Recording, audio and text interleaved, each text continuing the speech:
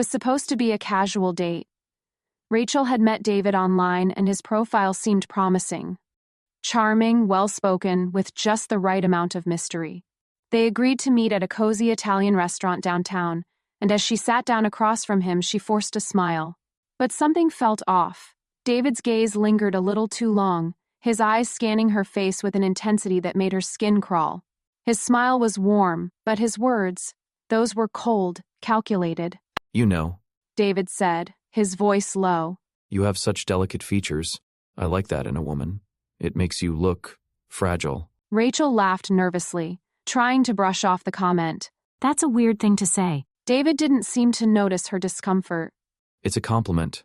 I like fragile things. He said, his smile widening. They break easily. A chill ran down Rachel's spine. She tried to change the subject, but David's eyes never left her, his body leaning in a little too close. That's when the stranger appeared. He was tall, with an easy smile, exuding confidence without arrogance. He stepped into the conversation smoothly, his voice warm and friendly.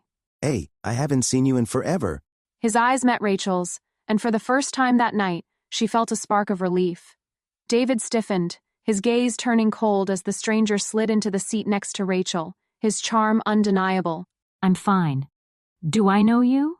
She said, glancing at the man she didn't recognize. Sorry to interrupt, The stranger turned to David with a smile. but I haven't seen her since college.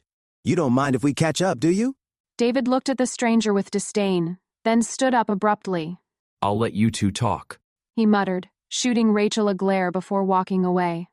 Rachel looked at the stranger, who smiled warmly at her. Sorry to be presumptuous, but I've been watching this guy and, well, let's just say I know when someone's not enjoying their dinner. You okay? Rachel nodded, feeling her tension melt. I think I'm better now. Thanks. They exchanged pleasantries, then chatted for a while. He was kind, attentive, the complete opposite of David. He offered to walk her home, and she agreed, feeling a sense of trust she hadn't felt all night. When they reached her apartment, he kissed her hand gently. Would you like to come inside? She asked, surprised at her boldness. He smiled as he took her hand and led her inside, his eyes glinting with something darker beneath the surface. You know, He said softly.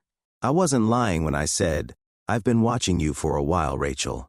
You're perfect. She froze. The world seemed to slow. What? What do you mean? The stranger's smile grew wider, colder. I've been waiting for a moment to save you, but I didn't expect it to be this easy. His fingers brushed against her cheek, sending a jolt of panic through her.